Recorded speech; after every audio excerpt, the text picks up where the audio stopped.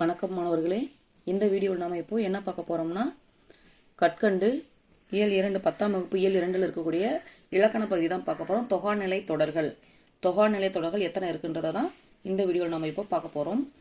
சொற்கள் தொடர்வதை தொடர் எனலாம். சொற்கள் தொடர்னா என்னது?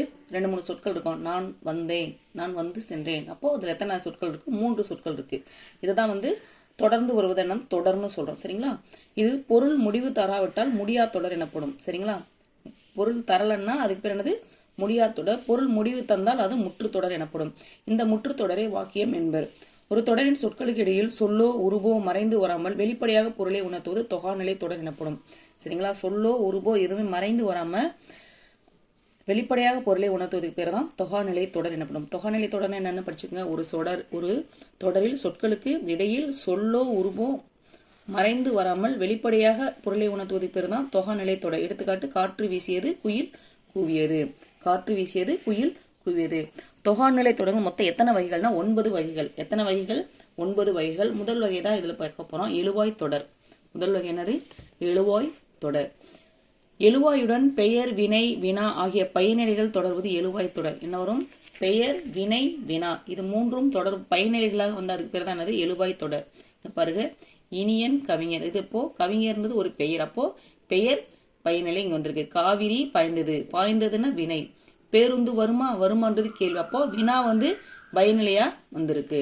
மேற்கண்ட 3 தொடர்களிலும் பெயர், வினை, வினா ஆகிய பயனிலைகள் இடம்பெற்று எழுவாய் தொடர்கள் அமைந்துள்ளன. புரியுதுங்களா? அடுத்து பாருங்க, விழித்தொடர். விழித்தொடர் என்னது? அழைக்கிறது. என்னது? அழைப்பதை தான் வந்து நம்ம ஒருத்தவங்களை கூப்பிடுறோம் இல்லைங்களா? அதை தான் வந்து விழித்தொடர்னு சொல்லுவாங்க. விழியை தொடர்ந்து வினை அமைவது விழித்தொடராகும். நண்பா எழுது, நண்பா வா செல்ல போகலாம், நண்பா சென்று வா, நண்பா நாளை வா அப்படின்னு சொல்றோம் பார்த்தீங்களா? அதுதான் வந்து விழிப்பெயர். நண்பா என்னும் விழிப்பெயர் எழுது என்னும் பயனிலையை கொண்டு முடிந்துள்ளது. அடுத்து பாருங்க, வினைமுற்று தொடர். தொடரின் இறுதியில் இடம்பெற வேண்டிய வினைமுற்று தொடரின் முதலில் அமைந்து பெயரை கொண்டு முடிவது வினைமுற்று தொடராகும். அதாவது வினைமுற்று தொடர்னா என்னன்னா வினைமுற்று முன்னாடியே வந்துடும், பெயர் பின்னாடி வரும். அதுக்கு பிறகு வினைமுற்று. பாடினாள் கண்ணகி, எழுதினால் ராமன், வந்தான் கண்ணன். அந்த மாதிரி வினைமுற்று முதல்ல வந்துருச்சுன்னா அதுக்கு பிறகு வினைமுற்று தொடர். பெயரச்ச தொடர். முற்று பெறாத வினை பெயர்ச்சொல்லை கொண்டு முடிவது பெயரச்ச தொடராகும். பெயரச்சம் பெயர் வந்து பின்னாடி வந்துச்சுன்னா அதுக்கு பிறகு என்னது? ஒரு முற்று பெறாத வினை. கேட்டன்னா என்ன?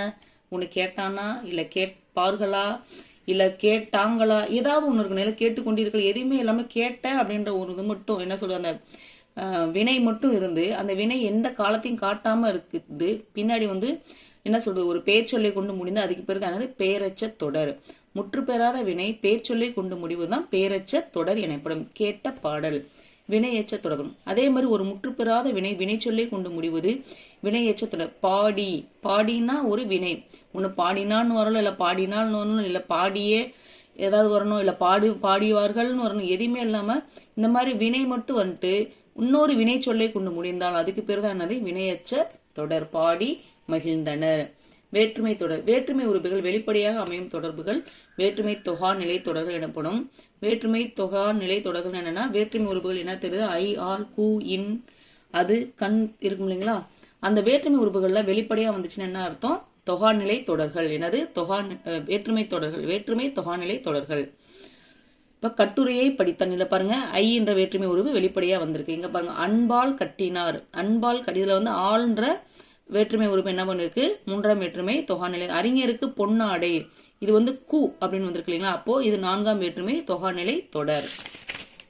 இங்க பாருங்க, அடுத்ததா என்ன பார்க்க போறோம்னா இடைச்சொல் தொடர் பார்க்க போறோம். என்ன பார்க்க போறோம்? இடைச்சொல் தொடர். நிலைமொழியில் பெயர் வினைச்சொல்லின் முன்போ பின்போ இடைச்சொல் சேர்ந்து வரும், அது இடைச்சொல் தொடராகும். இங்க பாருங்க, மற்றொன்று கிடைத்தது அவரே சொன்னார். இதுல மற்றொன்று இருக்கு, இதான் இடைச்சொல் தொடர். சரிங்களா? மற்ற கூட்டல் ஒன்று மற்ற என்னும் இடைச்சொல்லை அடுத்து ஒன்று என்னும் சொல் என்று பொருள் தருகிறது. அடுத்து உரிச்சொல் தொடர். உரிச்சொல்லுடன் பெயரோ வினையோ தொடர்வது உரிச்சொல் தொடராகும்.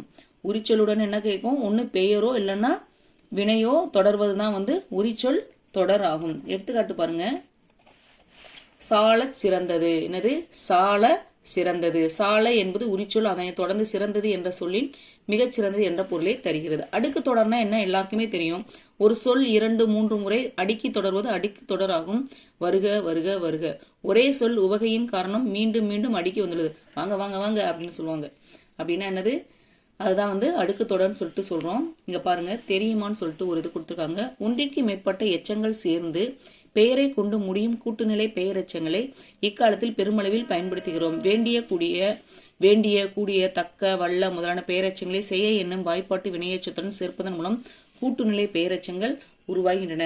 கேட்க வேண்டிய பாடல், சொல்லத்தக்க செய்தி. இந்த தக்க, வேண்டிய இதெல்லாம் ரொம்ப கேட்க வேண்டிய பாடல்பா அப்படின்னு சொல்லுவோம். அப்போ அந்த வேண்டிய, இந்த தக்க அதெல்லாம் என்னது?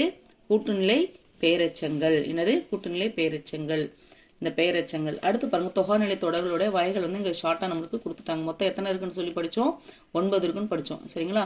எழுவாய் தொடர், விழித்தொடர், பெயரெச்ச தொடர், வினைமுற்று தொடர், வினையெச்ச தொடர், இடைச்சொல் தொடர், வேற்றுமை தொடர், உரிச்சொல் தொடர், அடுக்கு தொடர். இந்த 9 தொடர்களையும் பத்தியும் நன்றா தெரிஞ்சுக்குங்க.